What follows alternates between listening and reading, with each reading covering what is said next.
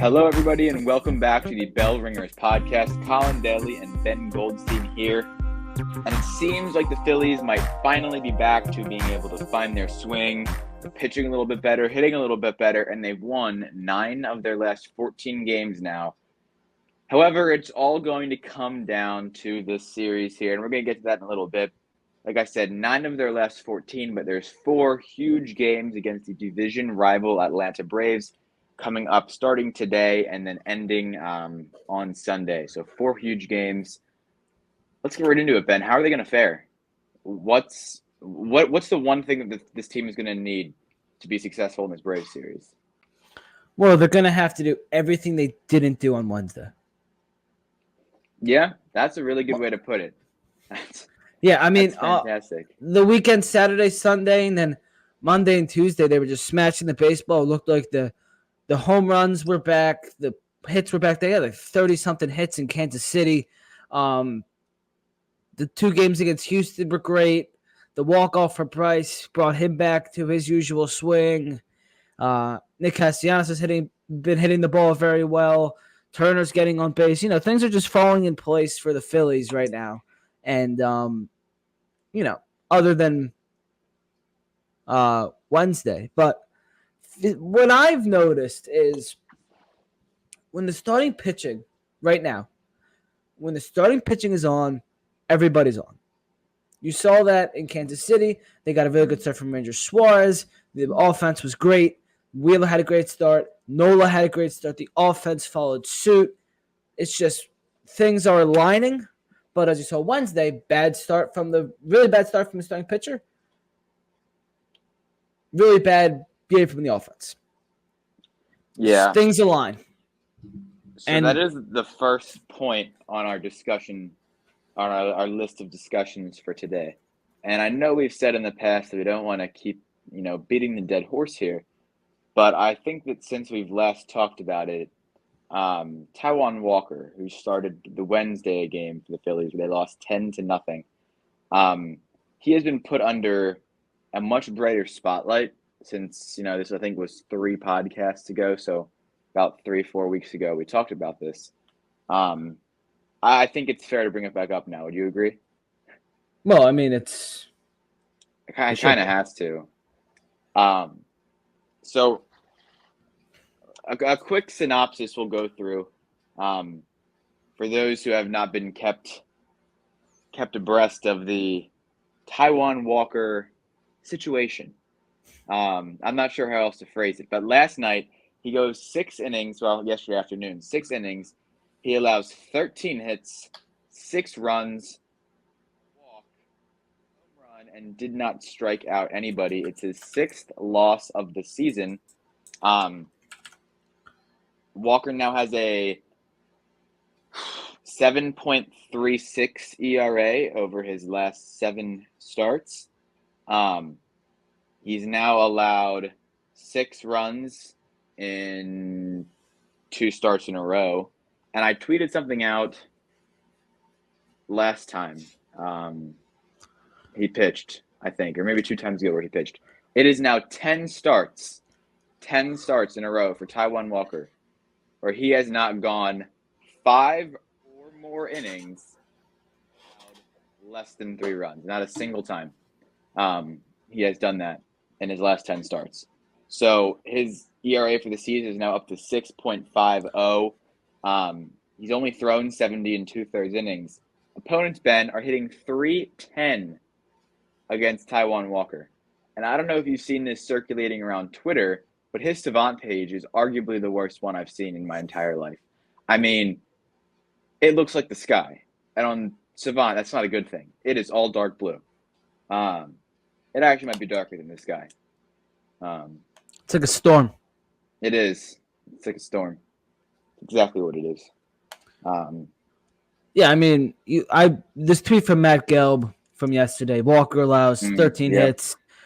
Did not record a strike on 6 innings. It's the most hits a Phillies pitchers allowed since Aaron Harang in 2015. It's the first time a Phillies started with 6 innings without a strikeout since Ben Lively in 2017. And he still threw a first pitch strike to 20 to 28 batters he faced and didn't get anything positive out of it. I want to believe in Taijuan Walker. I do too. I've said it so many times. I want to believe in Walker so bad, but you just can't. Like, it just gives you nothing to believe in. And as much as Thompson and he want to make you believe, his velocity is building. It's something to build on. Oh, soft contact, something to build on. No, let's look at his last 7 games. 0-5, 7.36 ERA in 7 starts, 33 innings. 33 innings in 7 starts, 42 hits, 27 earned runs, 14 walks, 23 strikeouts, and a 1.7 whip. Like, how am I supposed to believe in that? You can't have a scheduled loss every 5th day right now. You're going into September where you're fighting for a playoff spot, trying to get the bye, which the Phillies desperately need. You can't have a guaranteed loss every 5th day. They've lost, what, their last 9-8 starts with them? That just can't – it can't happen. You can't trot a guy out there every time and know you're going to lose. Can't happen. Yeah, and, I can't agree with Rob Thompson. I agree with Rob Thompson a lot. I think he's a good manager for the Phillies. The players like him. And I really do believe that is one of the most important things as a manager, is having player support. But I just cannot get myself to agree with Rob Thompson and his whole idea of soft contact, his velocity increasing because, well, the soft contact thing is simply just not true. I mean, Walker is in the 1st percentile in average exit velocity. That means he is, for anyone who's not a math person out there, that means he is the worst. He is in the bottom 1%. So on average, if you were to get 100 pitchers and just put them into a room and ask the person who has the worst average exit velocity to raise their hand, it's a good chance Taijuan Walker's hand is going to be up. He is in the 3rd percentile in hard hit percentage. 47.2% of the batters who face him leave their at-bat having hit a ball 95 miles per hour or more. That is ridiculous. So a hard hit ball is considered 95 plus miles per hour. 47.2% is his hard hit percentage. That is absurd. Like, that alone has an expected batting average of well over 300, might be over 400 when a ball is hit 95 miles per hour or harder. So he is just not a viable option to put on the mound anymore. And you're right. I want to root for Taijuan Walker so badly because I do think that he has okay stuff. He does have a good breaking ball, but he cannot locate anything. His velocity is not there. I cannot agree with Rob Thompson. I don't think the velocity is increasing. I don't think it's improved. And it's not increasing to any number that's going to make some drastic change on the outcome of him throwing his fastball, right? 91 and 94, players are going to be able to adjust to that, right? It's not really making any substantial difference, especially when he's going to leave the 94-mile-per-hour fastball right over the plate. I want to root for Walker, but I think at this point he's gotten his fair opportunity. I guess it's time to move on. What do you do with him, though? Like, do you put him in the bullpen? Do you DFA him? Like, what are you supposed to do with him? Well, you can't DFA. He's liked in the clubhouse. He's in the fantasy football team. Yeah, I saw. Which is like, how did that guy get in? Well, they can't not let him in. Whoever's commish needs to stand up. Like, we can only have guys who are playing the game well that are allowed to be in the fantasy team. Like, I didn't see Harper teeing off. Is he not participating? Yeah, I don't know. Maybe he doesn't have time for shenanigans. He's got to train. We have to find that out. I am curious. Maybe that's how he punishes himself. Hasn't been hitting well recently, so no more fantasy. For him. Right. Yeah, I think he has to get moved to the bullpen. I think he could be a decent long reliever. Maybe not long reliever, but 2-3 innings. Because I think that if he focuses on not trying to build up, and because that's the thing with Walker, right? The one thing you cannot argue with him about is that in some cases when he's fully built up, he can give you innings. Like, he will throw 5, 6. There's been games where he's allowed 5 or 6 runs, but he's still gone out and thrown 7 innings. So I think that if he just focuses his efforts on not trying to stay out there for as long, he might have better results. Yeah, but I mean, like, you look at one of his shorter starts against Kansas City, 3 innings, 8 hits, 6 earned runs, 1 walk, 2 strikeouts. Do you want that out of your bullpen? No. Like, he's not going to be on the playoff roster. So, like, why even have him? I don't think he's going to pitch a lot. But, like, you can't get rid of $36 million. That's how much he's owed. They're going to make it all back with all the new advertising around. Fair enough. I don't know. It's tricky.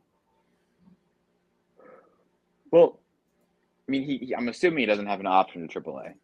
I would really doubt that. I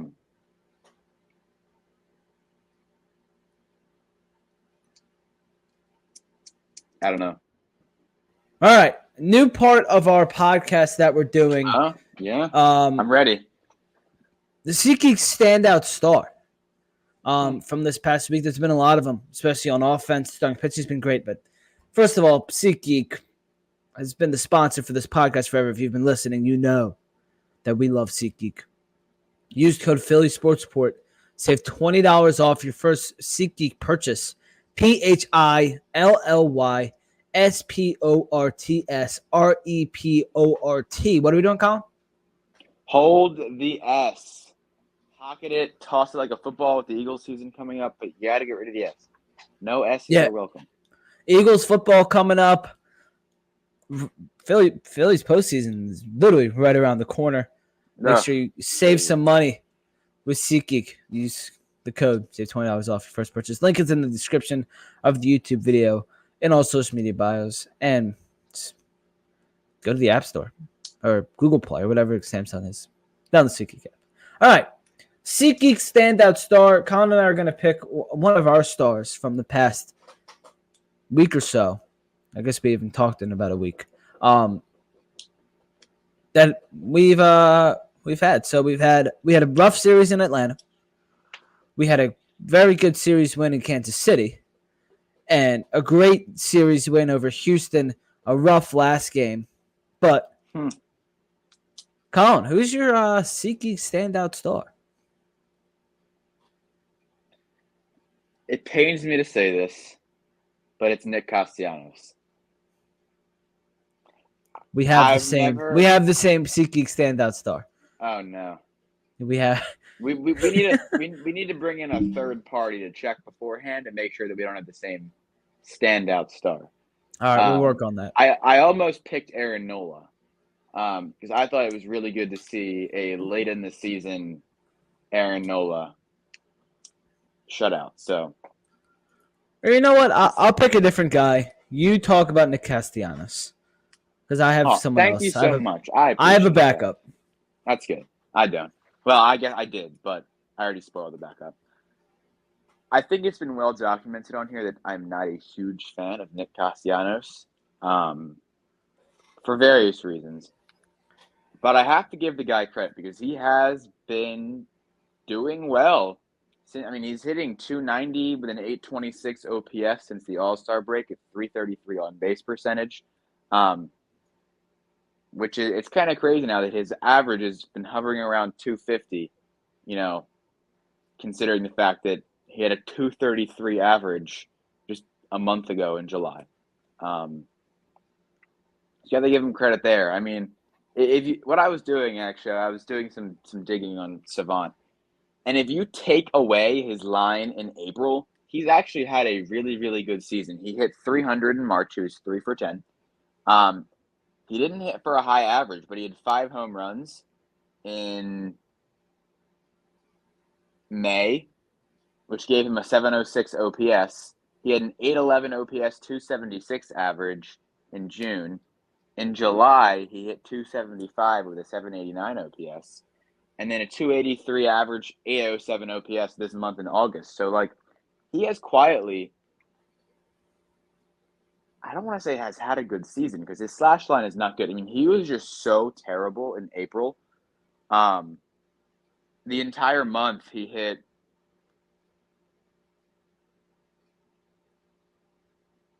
3 extra base hits the entire month of April. He had 2 home runs and a triple.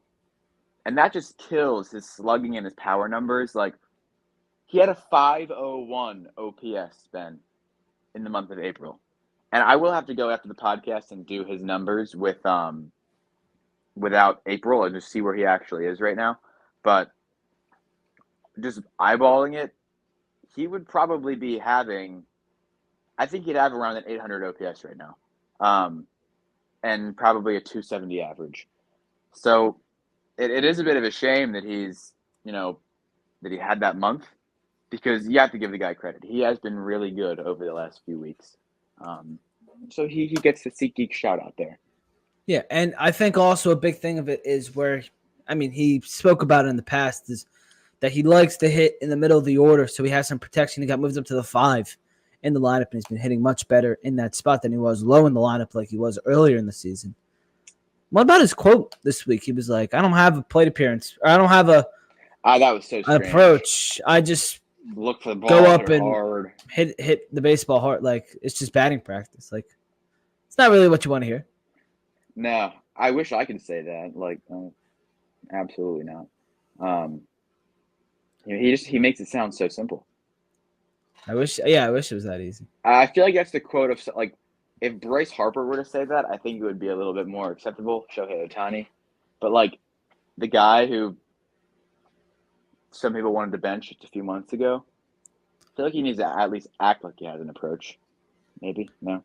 Yeah, maybe he should also learn how to play right field and not be the worst defender of baseball. And maybe you can say some things. But whatever.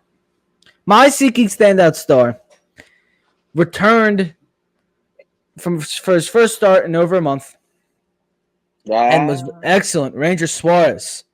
5 innings, 4 hits, 1 run, 1 walk, 6 strikeouts against Kansas City.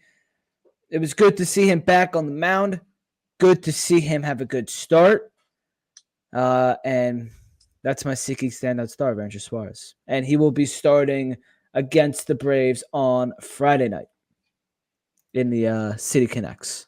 So good to see Ranger back. Good to see him have a really good start. And it's good to have some stability in the rotation. You have your 5 guys. I know not everybody can be a star, so we can't keep going on about this. But a guy who I thought you could have gone for, Jose Ruiz, because he has been really good since the All-Star break. I feel like we might have mentioned this before. I can't remember. But I know that when we gave him high leverage spots earlier in the season, when he started off pitching well, it didn't go as well as we had hoped. But he has been a very solid, like, middle inning reliever. So I'm hoping that continues, because he is the type of guy who can, like, make the difference in a playoff series.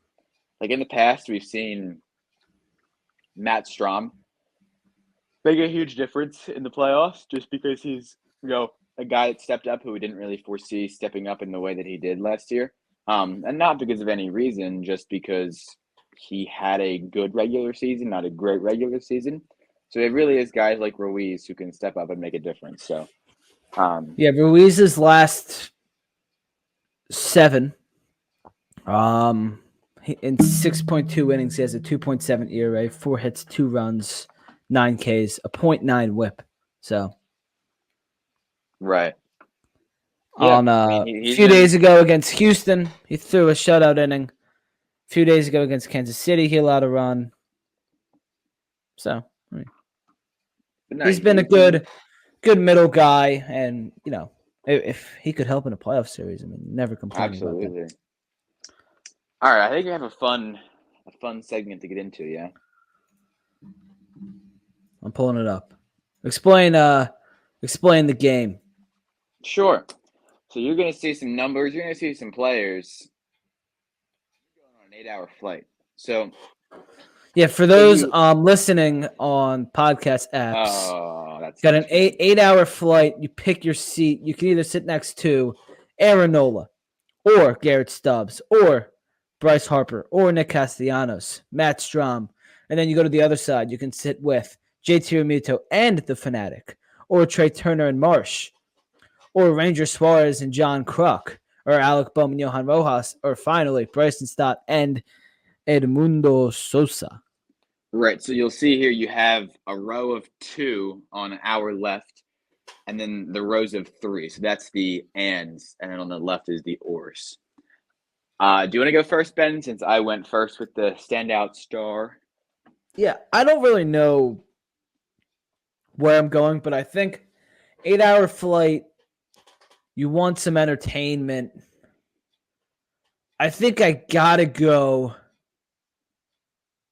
I think I'm going seat 8, where I'm sitting with Ranger Suarez and John Kruk. I mean, I think Kruk could just be very entertaining on a flight, just complaining about everything. It'd be very funny. Ranger, he's just there laughing. But I mean, 8-hour flight isn't. I mean, it's long, but not the worst. I think also that's also an aisle seat, or you could be another good aisle seat against Garrett Stubbs, in the seat number 2. But I'm gonna go with Krucker and Ranger Suarez in seat 8 for my 8-hour flight, and it's an aisle seat, so it's good. Yeah, you know what? So now that seat 8 is occupied, I'm gonna pick a different one just for the fun of it. But yeah, seat 8 is golden. Ranger and Kruk would be that's the perfect pair right there, I think. And then you're still within a close enough distance. You can lean back and you can chat with Garrett Stubbs. I don't know if Bryce Harper is going to be the most talkative person on a flight. He doesn't strike me as the type. I think he's headphones in, white noise, and reading a book. That seems like his thing. I'm not gonna lie. Or he'd bring a game console on the flight, and play a little COD or that feels like Johan Rojas. Yeah, daycare does that. The definite worst seat here is number 7 because you can't recline. You don't want to sit in Kruk's lap. Well, and you got the Fanatic. Hold on. And you got the Fanatic, but then you got the Fanatic in front of you. He's reclining. So. Oh, wait a minute. I was looking at this wrong the entire time. I was envisioning. I don't know why, but I was envisioning Strom, Stott, and Sosa being the front row. No, the lower. Yeah, I don't know. I don't know. You're right. So I guess you could recline into Kruk. My thinking was you can't. It's smart to have the Fanatic in the back or in the front though. That way everyone can recline and not have to worry about. Worry about that. So I think that I am going to choose, and Ben knows why, seat number 5. Because I love my trading card collecting. I'm in a room that is just for card collections now. There's 20,000 sports cards in here. And Matt Strom has his own show you can actually watch on NBC Sports Philadelphia. It's a midday weekday show. It's a good rainy day. It's a good rain delay theater. Yeah, it is. Yeah. Sometimes it gets the nod over Phillies clubhouse. So I think it would be cool. I think we could bring some rips onto the plane and open a nice box of Bowman. I think that would be fun.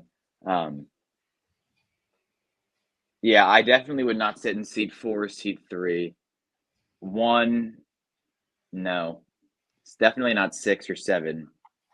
Yeah, if 8 is occupied, I think 5 is the way to go. 2 is a close second. But I'm going to go with 5. Someone commented, if it was a shorter flight, 2 to laugh and giggle with Stubby and Knowles in the back. Since it's a long flight, 4 to get into deeply philosophical conversations around the world, the meaning of life, and how baseball meshes with it all with Casty, then take a nap on his arm muscles. Wow, that took a turn quickly. Yeah. Yeah, the comments here are pretty funny. Yeah, they're good stuff. Is there anyone else? I know you said Schwarber when you were talking about this earlier. Is there anyone else that you'd want to see on here that did not make the cut? I definitely want to see Schwarber. Let me think. Taijuan Walker.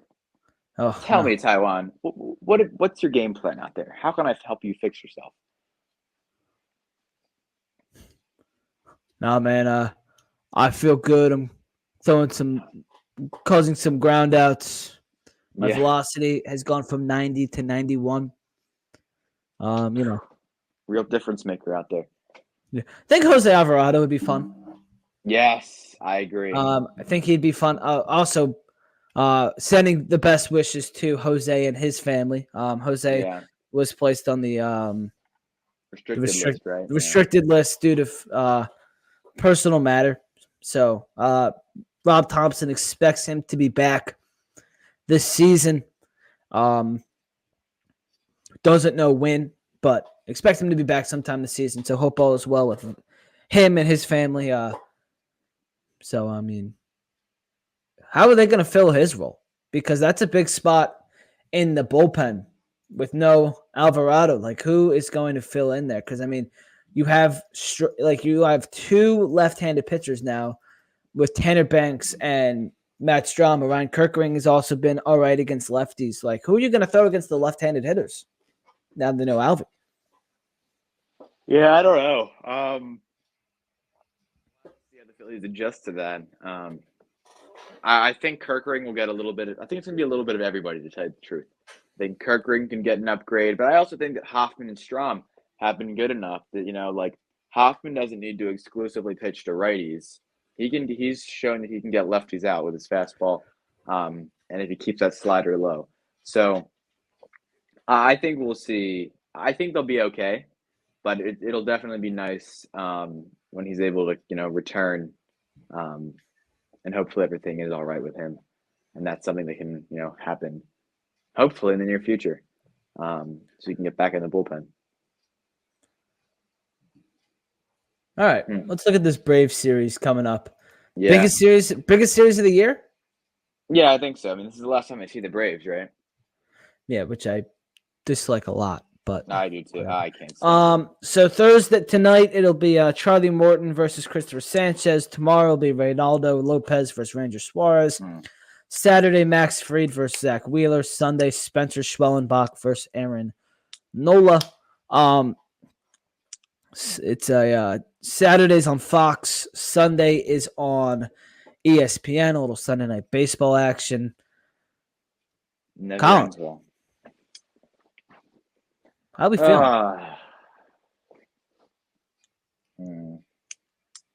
Complicated question.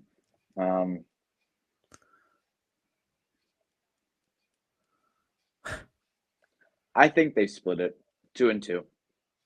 What games are they losing?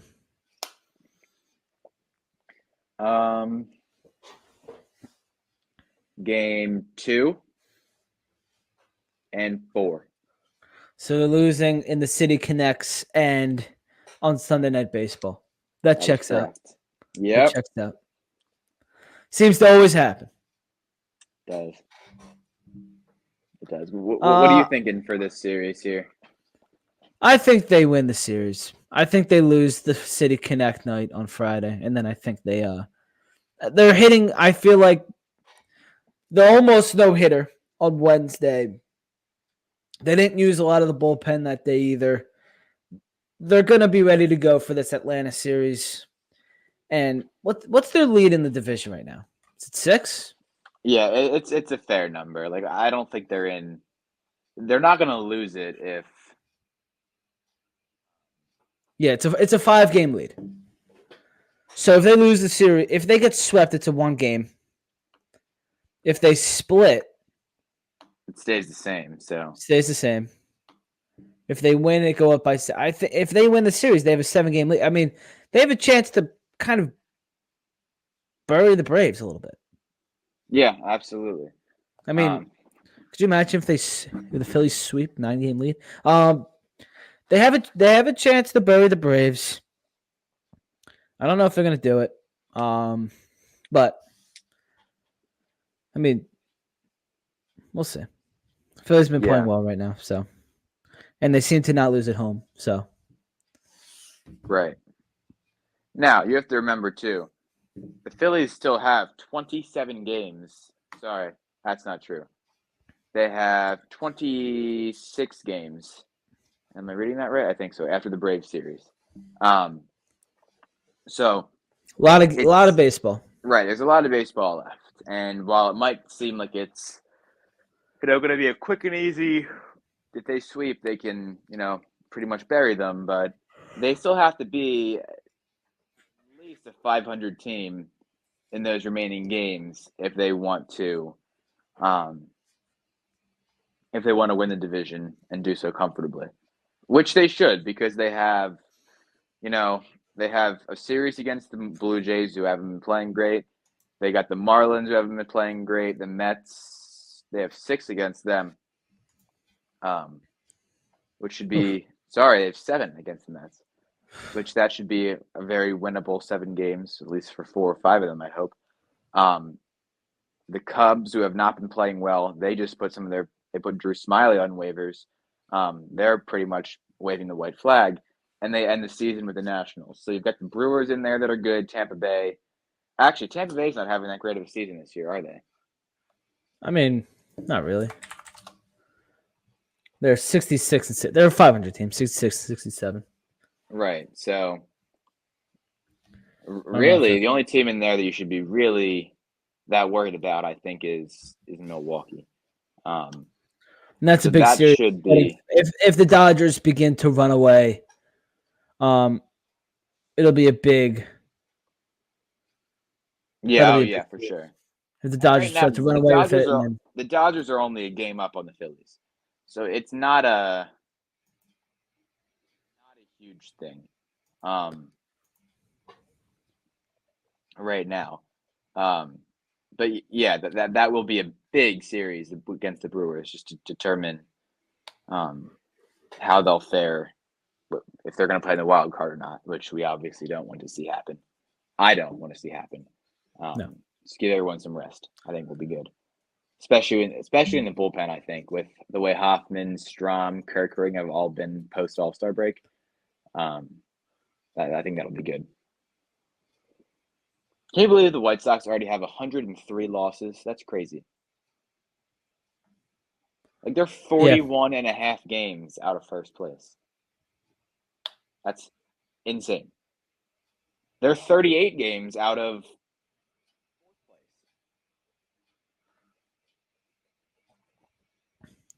My math is bad, 37. But whatever. Still, that's ridiculous. All right. So is that all we have on tap for today? Yeah, so we're either going to split or we're going to win the series. We'll see what happens. Well, I want something good to happen. Maybe we'll sweep. Well, we'll see you after the series. We will. Yep, we're going to have a podcast next week so we can wrap everything up, see how the Phillies fared not in Atlanta, but against Atlanta. And Ben, I think that's our cue. All right. Thank you, everybody, for watching and listening. Make sure to like and subscribe, rate the pod, follow on all socials. Links are in the description. Thank you to SeatGeek for sponsoring. Go Phils! Phillies, yeah, go Phils.